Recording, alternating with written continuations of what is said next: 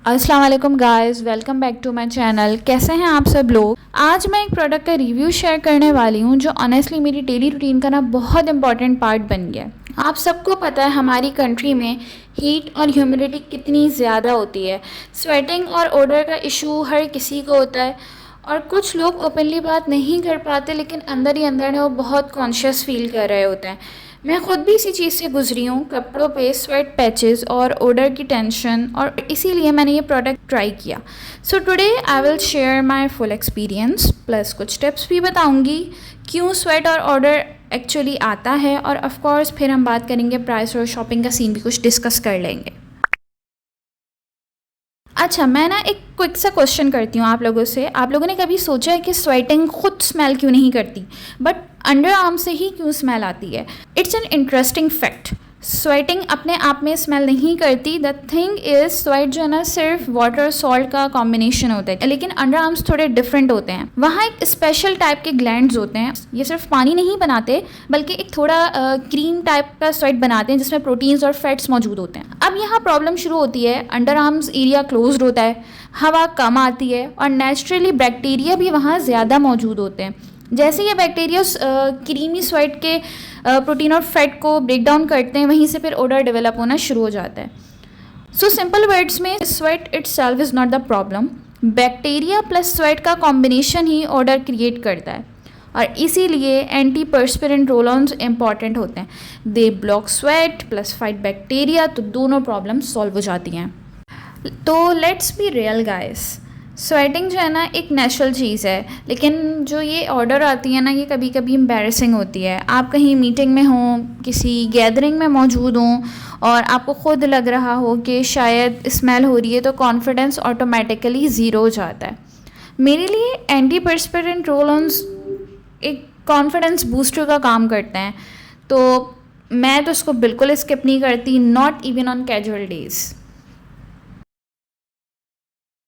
आज मैं डिस्कस करने वाली हूँ फ़ा के एंटी पर्स्पिरेंट रोल-ऑन्स के बारे में।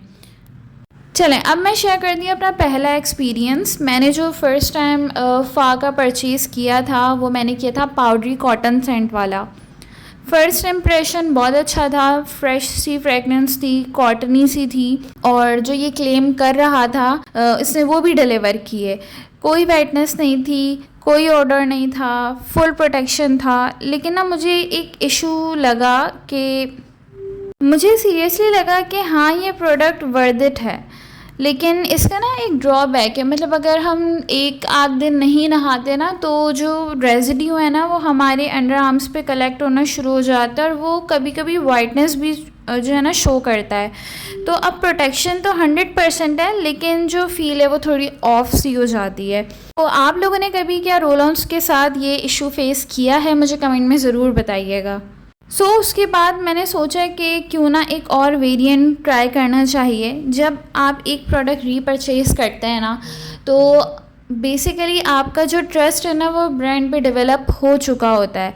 बाय द वे, एक इंटरेस्टिंग फैक्ट, ये जो फ़ा का रोल ऑन है ना, ये मेड इन यूएई है, manufactured by green plant industries. तो मुझे पर्सनली अच्छा लगता है जब एक मैन्युफैक्चरर हो, थोड़ा और ट्रस्ट डेवलप हो जाता है कि प्रोडक्ट सेफ़ और रिलायबल होगा। अच्छा, इस टाइम मैंने लिया brightening and care vanilla and jasmine scent, और honestly this one is my favourite. Fragrance बहुत ही एलिगेंट सी है, वनीला का वार्म टच प्लस जैस्मीन का सॉफ्ट सी फ्लोरल सी हिंट है इसमें।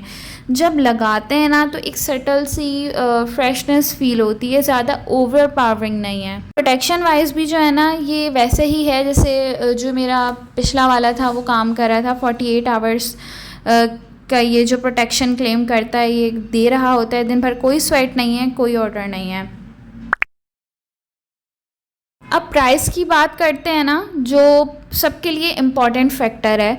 तो मैंने पहला जो ये रोल ऑन दराज से लिया था उस वक्त ये मुझे अराउंड 450 रुपीज़ का पड़ा था, प्रिटी डिसेंट ना।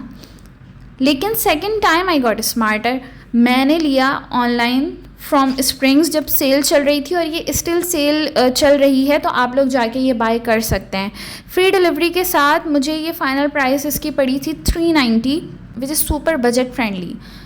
और दराज पे अभी ये मिनिमम 530 रुपीज़ का मिल रहा था। जब सेल चल रही थी उसी दौरान की मैं बात बता रही हूँ, तब ये 530 का था। तो ऑनेस्टली थोड़ा प्राइस कंपैरिजन करना वर्थ इट है। मुझे तो स्प्रिंग्स की डील बेस्ट लगी, इट्स अ स्टील डील।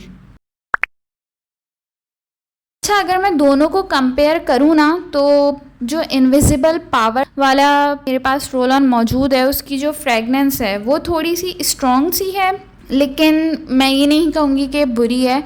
और जो ब्राइटनिंग एंड केयर वाला है उसकी थोड़ी सॉफ्ट और फेमिनिन सी सेंट है। लेकिन इस दोनों में एक इशू है कि जब हम 1-2 दिन बाद नहाते हैं ना, तो वो जो रेजिड्यू है ना वो स्किन पे आ जाता है, जो वाइटनेस होती है ना वो फील होने लगती है।